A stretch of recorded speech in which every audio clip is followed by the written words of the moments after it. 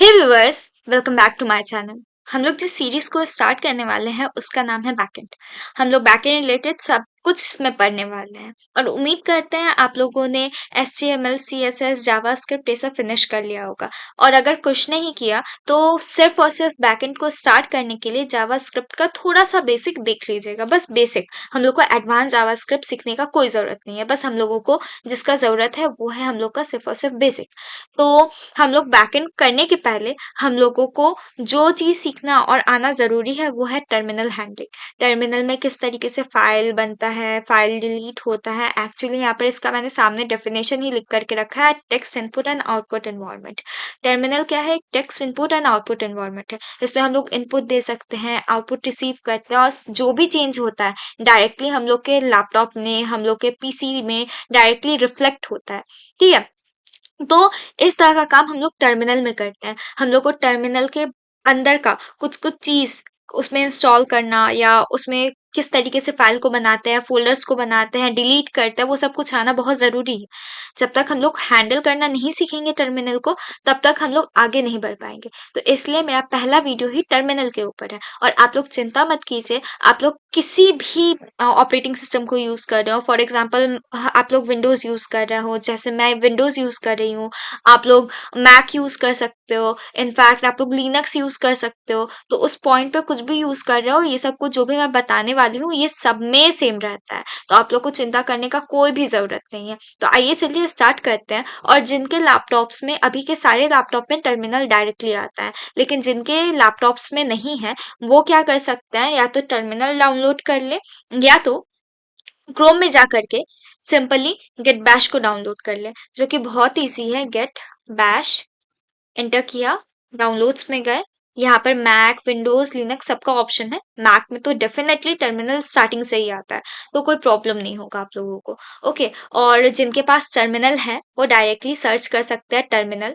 जैसे यहाँ पर मेरा पहले से ही मैंने सर्च किया था, तो यहाँ पर ऊपर में लिखा हुआ है, तो मैंने टर्मिनल को ओपन किया। मैंने गेट भी डाउनलोड करके रखा है, मुझे अगर चेक करना है तो गेट डैश डैश वर्जन करके मैं चेक कर सकती हूँ। मेरे पास गेट का ये वाला वर्जन है। अगर आप लोगों में गेट पहले से ही किसी ने डाउनलोड करके रखा है, तो आप लोग भी गेट डैश डैश वर्जन लिखेंगे तो यहाँ पर ऐसा कुछ आएगा। और अगर डाउनलोड नहीं है तो यहाँ पर एक छोटू मोटू सा एरर आएगा। लेकिन अगर आप लोगों के पास विंडोज पावर शेल है, यानी कि टर्मिनल सेल्फ है, तो कुछ भी डाउनलोड करने का जरूरत नहीं है। ये आप लोगों का कंप्लीटली इंटरेस्ट के ऊपर डिपेंड करता है कि आप लोग किसको यूज करना चाहते हैं, किसको यूज नहीं करना चाहते। ओके, तो फाइनली मैं अपने टर्मिनल को ऑन कर लेती हूँ डायरेक्टली। इसको मैं कंट्रोल प्लस प्लस करके थोड़ा बड़ा भी कर देती हूँ। ठीक है, उम्मीद करती हूँ आप लोग को सब कुछ साफ साफ दिख रहा होगा। तो यहाँ पर मैं सबसे पहले जिस चीज़ से स्टार्ट करने वाली हूँ, वो कुछ टर्म्स के बारे में बताना होगा। जैसे कि यहाँ पर जो मेरा टर्मिनल होता है विंडोज़ का, इसमें डायरेक्टली जिस डायरेक्टरी में हम लोग होते हैं, उसका पाथ डायरेक्टली शो कर देता है।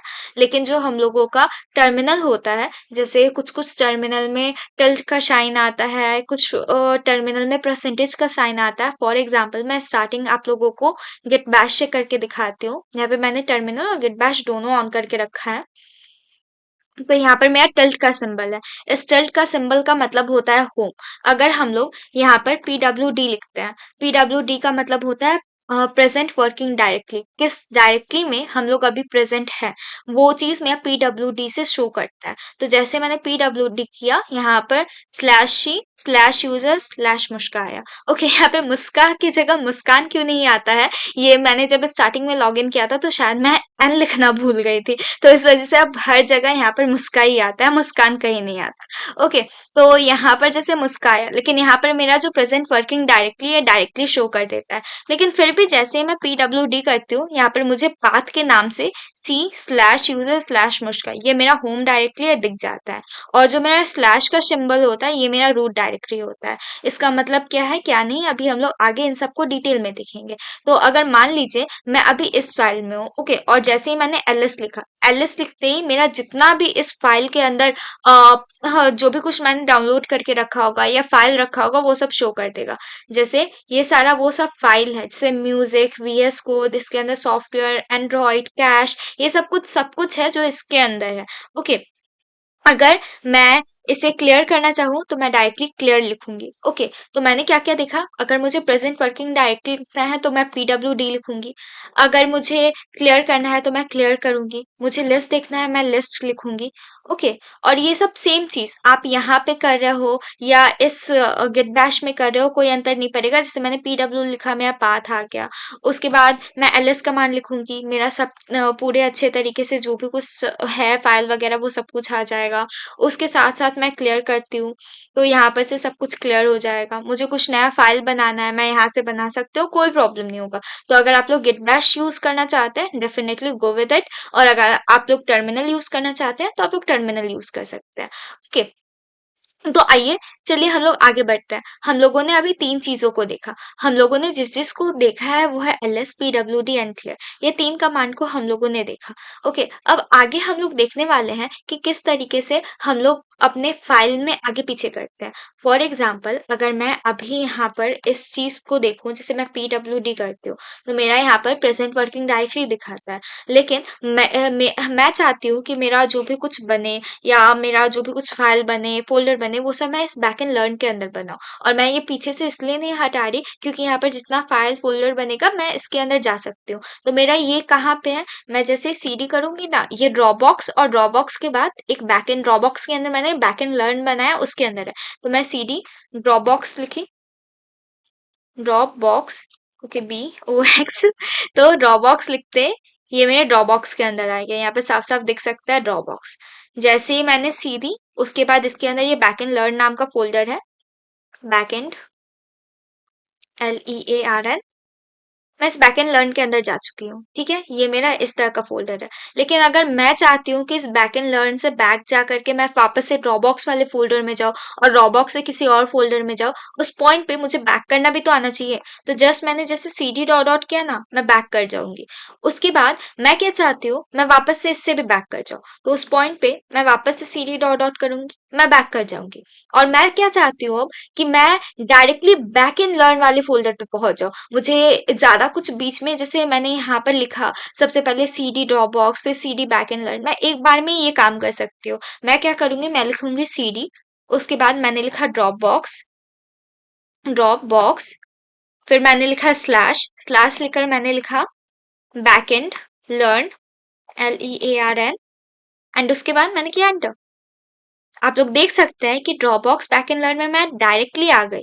मुझे बार बार ये सब कुछ नहीं करना पड़ा। और मैं चाहती हूँ कि मैं इन सब से वापस से पूरे तरीके से बैक कर जाऊँ और वापस से अपने मुस्का वाले फाइल में चले जाऊँ। ओके, तो उस पॉइंट पे मुझे क्या करना है, CD double dot slash double dot.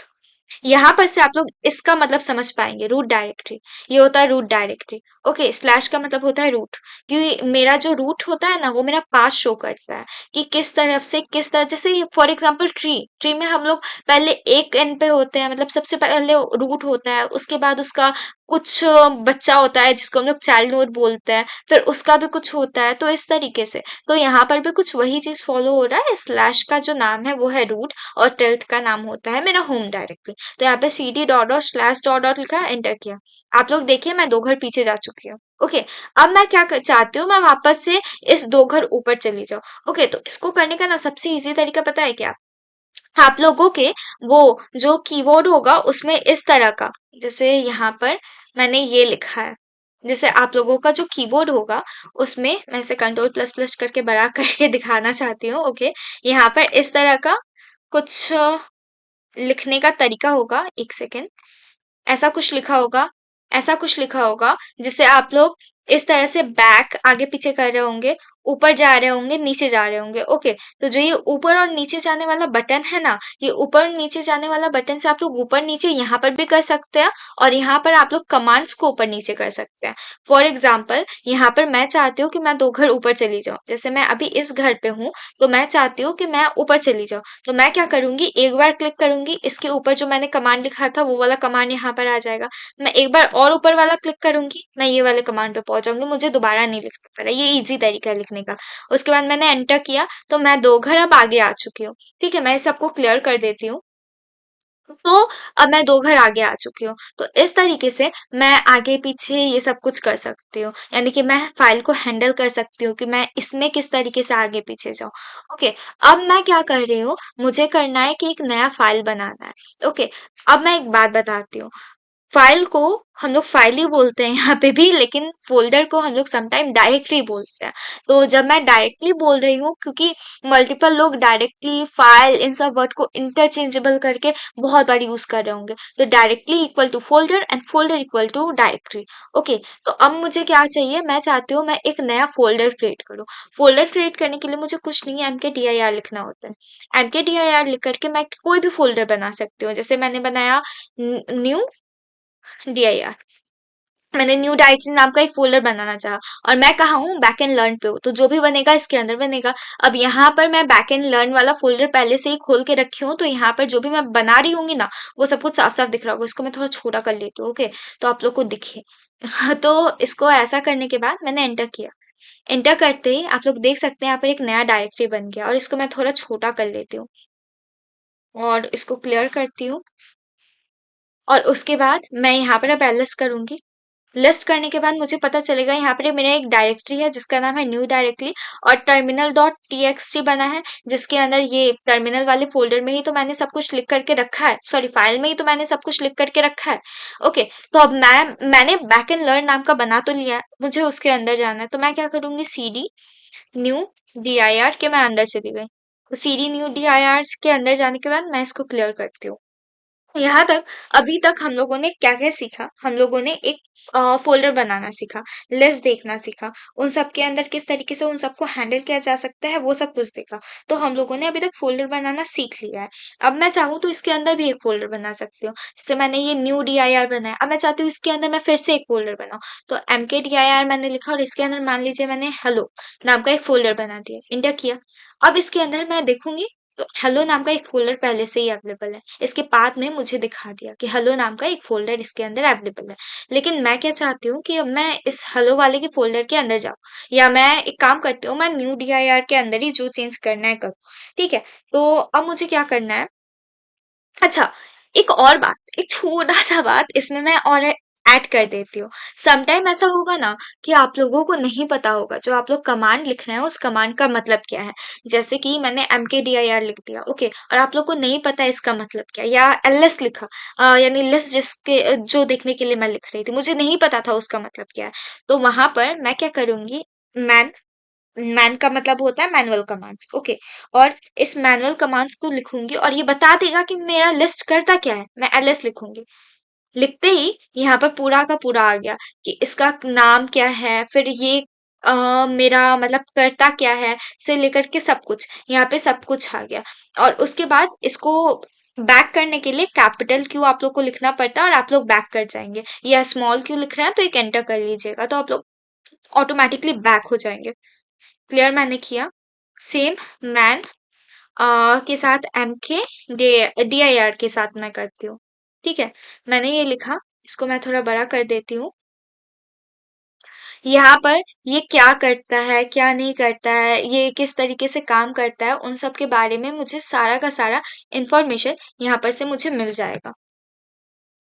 Okay, मैंने अब सब कुछ क्लियर कर दिया, इसको मैं अब वापस से छोटा कर देती हूँ। तो मेरा मतलब क्या था, मैंने आप लोग को ये समटाइम एक इसको फ्लैग कहते हैं सम लैंग्वेजेस में, जो आप लोगों को पूरे तरीके से सारा इन्फॉर्मेशन दे देता है। तो हालांकि ये इतना इम्पोर्टेंट नहीं है, आप लोग चाहे तो आज के डेट में एक गूगल करके भी सब कुछ निकाल सकते हैं, तो it's all up to you कि आप लोग क्या करना चाहते हैं। और समटाइम कुछ फ्लैग्स होते हैं, जैसे फॉर एग्जाम्पल मैं यहाँ पे cd डॉट डॉट करके वापस से बैक एंड लर्न पे जाती हूँ क्योंकि उसके अंदर मेरा एक फाइल है, ठीक है। तो अब मुझे क्या करना है, जैसे मैं ls/l लिखूंगी, ठीक है, या मैं यहाँ पे कुछ हुआ, missing an argument for parameter, तो मैंने ls-a, यहाँ पर भी कुछ कुछ मिसिंग दिखा रहा है। यहाँ पर करने की जगह मैं git bash में एक बार ट्राई करती हूँ। क्योंकि हाँ, समटाइम ऐसा होता है, कुछ कमांड एक जगह काम कर रहा है और एक जगह पर काम नहीं कर रहा। हालाँकि ये बहुत ही अजीब प्रॉब्लम है जो शायद मेरे हिसाब से मेरे ही लैपटॉप में होता है और सबके लैपटॉप में नहीं होता, क्योंकि मैंने देखा है नहीं होता है। देखा, जैसे मैंने यहाँ पर ये ls-a किया, तो a क्या होता है, हिडन फाइल के लिए, जो भी फाइल डॉट से स्टार्ट होता है। अगर आप लोग किसको किसी का सीक्रेट कुछ देखना हो, तो वो लोग डॉट के नाम से ही सेव करके रखते हैं। तो स्लैश ए लिखने से सारा हिडन फाइल दिखने लगता है। फिर ls डैश एल ए होता है, बेटर तरीके से लिस्ट करके दिखाना, या सिर्फ हम लोग ls डैश एल लिखते हैं, तो उस पॉइंट पे हम लोग को, जैसे सिर्फ जब मैं ls लिख रही थी ना, तो मेरा सिर्फ नाम आ रहा था, ठीक है, यहाँ पर सिर्फ और सिर्फ नाम आ रहा था। लेकिन जैसे ही मैंने ls डैश एल किया, उस पॉइंट पे नाम के साथ साथ किस दिन बना, किस वक्त बना, वो डिटेल्ड इंफॉर्मेशन आ जाएगा। और मैंने जैसे ही ls माइनस एल ए किया, उस पॉइंट पे हिडन फाइल और उसका जो डिटेल्ड इंफॉर्मेशन है कि कब बना क्या बना, इस तरीके से ये सब कुछ आ जाता है। ओके, तो मैं इन सबको यहाँ पे क्लियर कर देती हूँ। तो इन सबको हम लोग फ्लैग कहते हैं। ओके, मैं यहाँ पे भी इसको क्लियर कर देती हूँ। मैं दावे के साथ कहती हूँ, आप लोग के जो लैपटॉप के टर्मिनल्स है, उसमें सब कुछ वेरी फाइन तरीके से काम करेगा। लेकिन मेरा जो लैपटॉप है, इसमें आई डोंट नो, समटाइम ऐसा इशू होता है और मैंने इसे खुद फेस किया है। पर जब मैं कोड करती हूँ या ये सब कुछ बैकएंड का मैंने जो भी कोड किया, उसमें ये सब कुछ प्रॉब्लम नहीं होता है, तो डेफिनेटली आपके लैपटॉप में नहीं होगा।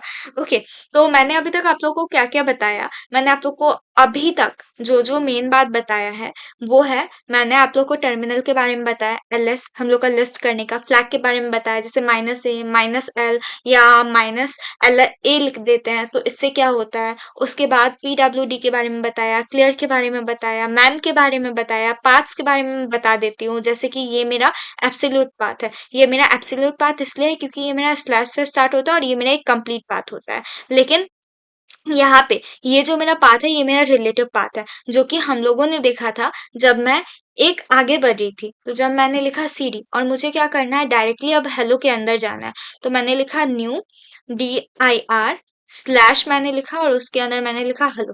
तो ये जो मैंने लिखा, ये मेरा रिलेटिव पाथ है, ये मेरा एब्सोल्यूट पाथ नहीं है। लेकिन जो मेरा ये स्लैश से यहाँ से स्टार्ट हुआ है, स्लैश यूजर्स मुस्का, ये सब कुछ यहाँ से लेके पूरा हेलो तक, ये मेरा एब्सोल्यूट पाथ है। ओके, तो अब मैंने ये हेलो बनाया। अब मैं क्या चाहती हूँ, मैं यहाँ पर से cd डॉट डॉट करके मैं बैक कर रही हूँ और मैं न्यू dir में हूँ अभी, ठीक है। इस न्यू dir में जो भी कुछ चेंज होगा मुझे यहाँ पर दिखाना है, देखना है, क्योंकि मैं अभी हेलो के अंदर हूँ नहीं, तो हेलो के अंदर जो भी चेंज होगा इसमें अच्छे से रिफ्लेक्ट नहीं कर पाएगा। तो मैं क्या करती हूँ, मैं अब आप लोग को फाइल बनाना सिखाती हूँ। फाइल बनाना सिखाने के बाद फिर रिमूव करना सिखाऊंगी, किस तरीके से रिमूव करना है, ये सबको डिलीट करके देन वीडियो डन। ओके, तो अभी और ज़्यादा टाइम बचा नहीं है, मैं जल्दी-जल्दी बोलती हूँ। तो हम लोगों को अभी जो नेक्स्ट सीखना है वो है फाइल बनाना। तो फाइल बनाने के लिए क्या करना होता है, हम लोग को जैसे एक सिंपल सा कमांड, जैसे touch, टच। टच क्या करता है, एक्चुअली टच का काम क्या होता है कि ना, ये सबसे पहले देखता है कि कोई फाइल ऐसा इस नाम का एग्जिस्ट करता है या नहीं। अगर कोई फाइल इस नाम का एग्जिस्ट करता है तो वो बनाता नहीं है, बस आप लोग को दिखा देता है, उसके अंदर वो चीज़ अपडेट कर देता है। लेकिन अगर उस नाम का कोई फाइल नहीं है, तो उस पॉइंट पे ये पहले चेक करता है कि ऐसा कोई फाइल है या नहीं, और उसके बाद देखने के बाद एक नया फाइल बना देता है। ये होता है टच का काम। तो देखा जाए तो हम लोग डायरेक्टली इसको यूज कर रहे होंगे कुछ बनाने के लिए, यानी कि मैं कुछ फाइल बनाने के लिए। तो सबसे पॉपुलर नाम है index.html। तो एक से मैं इस तरफ से बढ़ा लेती हूँ, ठीक है, ताकि ये सब कुछ एक लाइन में रहे। से मैं कुछ ऐसा कर देती हूँ, ठीक है। index.html, मैंने ये टच index.html बनाया और ये न्यू dir के अंदर कोई भी फाइल नहीं है मेरा, एक फोल्डर है जिसका नाम है हेलो, जिसको हम लोग सामने ही बनाया। तो इसको जैसे मैंने एंटर किया, you use is not recognize as the name of, okay fine, मैं इसे क्रॉस कर देती हूँ और मैं गिट पे ही काम करती हूँ। पता नहीं मेरे साथ ही ऐसा क्यों होता है। ओके फाइन, पर मेरा सारा जो असली वाला कमांड है वो टर्मिनल पे रन करता है। It's okay. touch मैंने टच किया। नो, मैं सबसे पहले इसके अंदर मुझे जाना पड़ेगा। तो इसके अंदर जाने के लिए मैंने लिखा cd। अभी मुझे पता है टिल्ड लिखा हुआ है, तो टिल्ड का मतलब होता है कि मैं होम डायरेक्टरी में हूँ। होम डायरेक्टरी में हूँ, तो मुझे अब क्या करना है, अब आगे बढ़ना है। अब मुझे आगे बढ़ना है, तो मैं होम डायरेक्टरी से सबसे पहले मुझे जाना पड़ेगा मेरे ड्रॉपबॉक्स के अंदर। ओके, ड्रॉपबॉक्स के अंदर मुझे बैकएंड में जाना पड़ेगा, LEARN। ओके, उसके बाद मैं जस्ट एंटर कर रही हूँ। मैं क्या करती हूँ, इसके अंदर ही मैं फाइल बना के दिखा दूंगी। ओके, तो वो कोई प्रॉब्लम नहीं है। इसको मैंने बड़ा किया, इसको क्लियर किया। ठीक है, मैं बैक एंड लर्न में हूँ, ये साफ साफ दिख रहा है। अब जो बनेगा वो मेरे न्यू dir के अंदर नहीं बनेगा, वो मेरे टर्मिनल डॉट txt मतलब बैक एंड लर्न नाम के फोल्डर के अंदर ही जो बनेगा बनेगा। मैं क्या कर रही थी, मैं एक टच से बनाऊंगी, टच करके एक फाइल। तो फाइल का नाम मैं मुस्कान रखती हूँ। ओके, मुस्कान डॉट html। एंटर किया। यहाँ मुस्कान डॉट html के नाम से एक फाइल बन चुका है। अब मुझे क्या करना है, मैं चाहती हूँ न्यू dir के अंदर भी एक फाइल बना दूँ। मैं क्या करूंगी, cd न्यू dir मैंने लिखा। अब इसके अंदर मैं एक फाइल बनाती हूँ। तो मुझे फाइल बनाने के लिए क्या करना होगा, टच करना होगा। टच करके मैं बनाऊंगी ff.txt या txt नहीं, css बना देती हूँ। ओके, मेरा नाम का कोई ठीक ठिकाना नहीं रहता है, very bad in naming, so it's okay. ff.css enter किया। अब मैं इस न्यू dir जो पूरे तरीके से खाली था, अब इसके अंदर ff.css बन चुका है। मैं इसको ls करके देख लेती हूँ। जैसे मैं फिलहाल अभी न्यू dir के अंदर हूँ, जैसा हम लोग देख सकते हैं। तो हम लोग क्या करेंगे, ls कर लेंगे। ls करके देखा मैंने, एक हेलो नाम का फोल्डर है और एक ff.css है। मैं क्या करूंगी, इसके अंदर और एक फाइल बना लेती हूँ। जैसे मैंने किया टच fm.html। अब मैं लिस्ट करके देखूंगी, देखिए ff.css भी है, fm.html भी है। तो इस तरह का सब कुछ मुझे इसके अंदर मिल जाएगा। ओके, तो ये मेरा एक तरीका है फाइल बनाने का, फोल्डर बनाने का। लेकिन मुझे बनाना नहीं है, मुझे डिलीट भी करना है, एंड ये मेरा फाइनल स्टेज है जो मैं आप लोग को बताने वाली हूँ। मुझे बनाना भी है, मुझे डिलीट भी करना है। लेकिन डिलीट करने के पहले मैं आप लोगों को एक वार्निंग दे देती हूँ। जैसे टर्मिनल हम लोग का बहुत ही इम्पोर्टेंट पार्ट होता है लैपटॉप में, पीसी में। आप लोग को पता है, जब पहले के जमाने में लैपटॉप कंप्यूटर्स आए होते थे, तो उस टाइम पे ये सॉफ्टवेयर नहीं, ये हार्डवेयर के तौर से हम लोग के पास होता था और हम लोग डायरेक्टली एक्सेस भी नहीं कर पाते थे। लेकिन अभी हम लोग को बहुत सारा एक्सेस मिल गया है एज ए यूजर। ओके, तो उस पॉइंट पे हम लोग काफी कुछ चेंज कर सकते हैं, सीख करके कि किस तरीके से क्या यूज करना है, क्या डिलीट करना है। Sometime some non accessible file, उन लोग को भी हम लोग टर्मिनल से डिलीट कर सकते हैं। एंड जो भी कुछ डिलीट होगा ना, वो डायरेक्टली डिलीट होता है। ये ऐसा नहीं होता कि मैं यहाँ पर से डिलीट कर दी और वो मेरे किसी रिसाइकल बिन के अंदर है और वहां पर से मैंने रिस्टोर कर लिया उस फाइल को। तो ये चीज पॉसिबल नहीं है मेरे इसमें। तो अगर आप लोग चाहते हैं कुछ चीज को पूरे तरीके से रिमूव कर देना, so please use terminal. But अगर आप लोग चाहते हैं नहीं, मुझे 4 दिन बाद अगर उसका यूज पड़ा तो मैं क्या करूंगी वाला सिचुएशन, तो उसके लिए नॉर्मल जो डिलीट परफॉर्म करते हैं वही परफॉर्म कीजिएगा। इस तरीके से डिलीट मत कीजिएगा, it's too dangerous as well. Okay, तो मैं आप लोग को रिमूव करने का तरीका बताती हूँ। इसको रिमूव करने के लिए कुछ नहीं, जस्ट rm लिखना है। rm लिखने के बाद ये फाइल के लिए है। अगर मुझे फाइल रिमूव करना है तो उस पॉइंट पे मुझे जस्ट rm लिखना है और rm लिख करके मुझे फाइल का नाम लिख देना है। तो फाइल का नाम, जैसे मैं ff.css को पहले रिमूव करती हूँ। ठीक है, ff.css, मैं fm.html को भी कर सकती थी, वो मैटर नहीं करता। किसी भी फाइल को just rm is important. rm का मतलब होता है रिमूव फाइल। ओके, तो मैं क्या करूंगी, जस्ट एंटर करूंगी। अब यहाँ पर मैंने देखा जादू हुआ, रिमूव हो चुका है। किसमें से, न्यू डीआर में से ये रिमूव हो चुका है। अब उसके बाद मैं क्या करूंगी, मैं चाहती हूँ मैं इस तरह से काम ना करूं। मैं चाहती हूँ मैं हेलो को भी रिमूव कर दूं, मैं एफएम को भी डिलीट कर दूं, मैं सब कुछ डिलीट कर दूं। मुझे कुछ नहीं रखना। उस पॉइंट पे मुझे एक नया कमेंट rm माइनस rf, ठीक है, और rm माइनस rf, और इसके बाद मुझे इसके बगल में अपना नाम लिखना होता है कि क्या डिलीट करना है। तो मैंने सबसे पहले डिलीट किया हेलो। हेलो फोल्डर को भी डिलीट कर देगा। और फोल्डर के अंदर, जैसे मैंने हेलो के अंदर कुछ नहीं बनाया, लेकिन अगर हेलो के अंदर कुछ होता तो वो भी डिलीट हो जाता। तो मैं क्या करती हूँ ना, मैं एक काम करती हूँ, एक कदम पीछे आती हूँ, मैं बैक एंड लर्न में जाती हूँ और उस पॉइंट पे मैं न्यू डीआर को डिलीट करती हूँ, और न्यू डीआर के अंदर से हेलो और fm.html ऑटोमेटिकली डिलीट हो जाएगा। कैसे, ये एक जादू है, दिखाती हूँ। जैसे मैं बैकएंड डॉट लर्न में हूँ अभी। अब बैकएंड डॉट लर्न में आने के बाद मैं क्या कर रही हूँ, एक काम करती हूँ, सबसे पहले मैं इसे क्लियर कर देती हूँ ताकि सामने सब कुछ अच्छे अच्छे से बड़े बड़े अंकों में दिखे। तो यहाँ पर मैंने लिखा rm, उसके बाद मैंने लिखा rf, उसके बाद मैंने डायरेक्टली लिख दिया न्यू dir। ओके, ये बहुत ही मतलब अजीब चीज है, इससे मेरा फोल्डर भी डिलीट हो जाएगा, मेरा फाइल भी डिलीट हो जाएगा और कुछ भी दोबारा मैं कभी रिस्टोर नहीं कर पाऊंगी। सो प्लीज इस सब को यूज करने के पहले थोड़ा सोच लेना। और मैंने एंटर कर दिया, देखा सब डिलीट हो गया, सब कुछ डिलीट हो गया, न्यू डीआईआर, उसके अंदर का फोल्डर, उसके अंदर का फाइल सब डिलीट हो गया। और मेरे पास बस यही है। ओके। और मैं एक बात बता दूं कि ये तो मेरा फोल्डर और फाइल दोनों साथ में करने का तरीका है। और मुझे अगर मान लीजिए मैंने कोई फोल्डर बना दिया MKDIR और जिसका नाम मैंने लिखा मुस्कान, मैंने ये फोल्डर बनाया।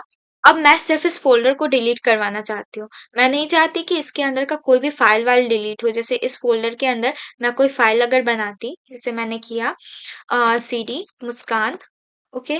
और मुस्कान के अंदर जा करके मैंने कोई फाइल बना दिया, जैसे TOUCH, और टच करके मैंने MM.M, MME रखती हूँ, फाइल बन जाता है। ठीक है, एक फाइल बना दी MM। ओके। तो अब मैं चाहती हूँ कि इस फोल्डर को डिलीट करवाना। ठीक है, तो मैं इस फोल्डर को तो डिलीट करवा दूंगी, लेकिन उस टाइम पे मैं इस फाइल को और फोल्डर को दोनों को एक साथ डिलीट नहीं करवा सकती। लेकिन सिर्फ फोल्डर को डिलीट करवाने के लिए, सिर्फ फोल्डर को डिलीट करवाने के लिए भी एक कमांड आता है। जैसे कि मेरा जो कमांड है वो है RM। RM सब में कॉमन है। डायरेक्टरी को रिमूव करवाना है, सो DIR। किस डायरेक्टरी को रिमूव करवाना है, उस डायरेक्टरी का नाम मैं मुस्कान रखी हूँ। ओके, फिर to remove Muskan, no such. ओ अच्छा, तो मैं मुस्कान में होकर के मुस्कान को नहीं हटवा सकती, मुझे CD डॉट डॉट करके एक पीछे आना होगा। मैंने क्लियर किया। क्लियर करने के बाद मैं मुस्कान को रिमूव करवाती हूँ। तो RMDIR रिमूव डायरेक्टरी और मुस्कान मैंने लिखा, एंटर किया। Fail to remove Muskan directory, directory not empty, मतलब मेरा जो डायरेक्टरी है वो एम्प्टी नहीं है। अगर मेरा डायरेक्टरी एम्प्टी होता तो मैं RMDIR मुस्कान को यूज करती। जैसे मैं बैकएंड के अंदर और एक बनाती हूँ, जैसे मैंने बनाया MKDIR। ओके, ये मैंने एक डायरेक्टरी बना दिया इसके अंदर। ठीक है, ये डायरेक्टरी को अब मुझे रिमूव करवाना है, तो इसको मैं RMDIR लिख करके रिमूव करवा सकती हूँ। डायरेक्टरी रिमूव हो चुका है, मैं इसे क्लियर करती हूँ। क्लियर करने के बाद अब मुझे मुस्कान, सैमम सबको रिमूव करवाना है। मैं दोनों को साथ में तो रिमूव नहीं कर सकती RMDIR लिखने से। तो उस पॉइंट पे मैं क्या करूंगी, RM माइनस RF लिखूंगी। उसके बाद मुझे क्या करना है, मुस्कान लिख देना है। रिमूव हो गया। अब बैकएंड के अंदर मुस्कान डॉट HTML है, ये मेरे किसी काम का नहीं है, मैं इसे भी रिमूव करवा देती हूँ। तो इसको बस रिमूव करवाने के लिए जस्ट RM मुस्कान डॉट HTML लिखना है, रिमूव हो जाएगा। तो हर चीज को रिमूव करवाने का अपना अपना तरीका होता है। मैंने किस किस रिमूव करवाने का बात यहाँ पर किया है मैं वो बता दूं पहले। जैसे RM, और इसके अंदर मैं फाइल डॉट, इसका जो नाम है वो लिखना होता है। ठीक है, या फाइल डॉट EXE मैं लिख देती हूँ, अच्छा तरीका लिखने का। तो ये वाला जो है, इससे मैं फाइल को रिमूव करवाती हूँ। फाइल को रिमूव करवाना है तो मुझे RM फाइल का नाम लिखना पड़ेगा। अगर मुझे डायरेक्टरी को रिमूव करवाना है तो RMDIR लिखना है, और DIR लिख करके जो भी मेरे डायरेक्टरी का नाम है, यानी कि जो भी मेरे डायरेक्टरी या फोल्डर कह लो उसको, का नाम है, तो उस पॉइंट पे मुझे क्या करना है, RMDIR का यूज करना है। अब मुझे क्या करना है कि मुझे डायरेक्टली फाइल फोल्डर सब कुछ एक साथ डिलीट करवाना, मुझे कुछ रखना ही नहीं है। उस पॉइंट पे मैं RM लिखूंगी माइनस RF लिखूंगी, और यहाँ पे जो भी मेरे डायरेक्टरी का नाम है या उसके अंदर का जो भी फाइल वगैरह है, जो भी कुछ है, बस डायरेक्टरी का नाम लिखने से ही वो पूरा डायरेक्टली हट जाएगा विथ फाइल। तो उसके लिए हम लोग इसका यूज करते हैं। तो ये सब कुछ था, कुछ मेजर यूज जो हम लोग टर्मिनल का करेंगे। ठीक है, तो उम्मीद करती हूँ आप लोगों को बैकएंड का ये पहला वीडियो पसंद आया होगा। नेक्स्ट वीडियो होगा हम लोग के Node.js के ऊपर। So please do good response on it. कुछ समझ आया, कुछ नहीं आया तो वो भी कमेंट कर सकते हैं। So thank you for watching.